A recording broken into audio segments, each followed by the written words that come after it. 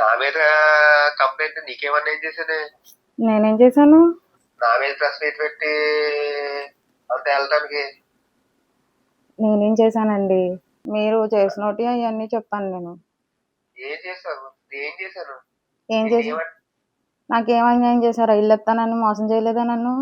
ఇల్లు ఇస్తానని మోసం చేశాను. నీకు రెడీగా ఉంది, నువ్వు తీసుకెళ్ళాలంటే నువ్వు వద్దన్నా నాకు ఆ ఇల్లు నచ్చలేదు. నేను డబ్బులు ఇవ్వడం ఏంటండి? నాకు ఆ ఇల్లు నచ్చలేదు. ఇస్తే మీరు మొత్తం పూర్తిగా డబ్బులు వేసుకొని ఇవ్వాలి కానీ నేను సగం డబ్బులు వేసి మీరేసి మీరు చేతులు ఇరగ కొట్టేశారు, కన్ను పగలు కొట్టేశారు, ఏవేవో చేయించారు నాతోటి. నేను ఎలా చెప్పకుండా ఉంటానండి? 6 లక్షలు 10 లక్షలు పెట్టి నువ్వు మంచిగా ఉండని చెప్పి 10 లక్షల రూపాయలకి ఇల్లు అప్పు చెప్తాను ఉండన్నాను. నీకు ఇప్పుడు కావాలంటే రెడీగా ఉంది, తీసుకుంటాను తీసేసుకో.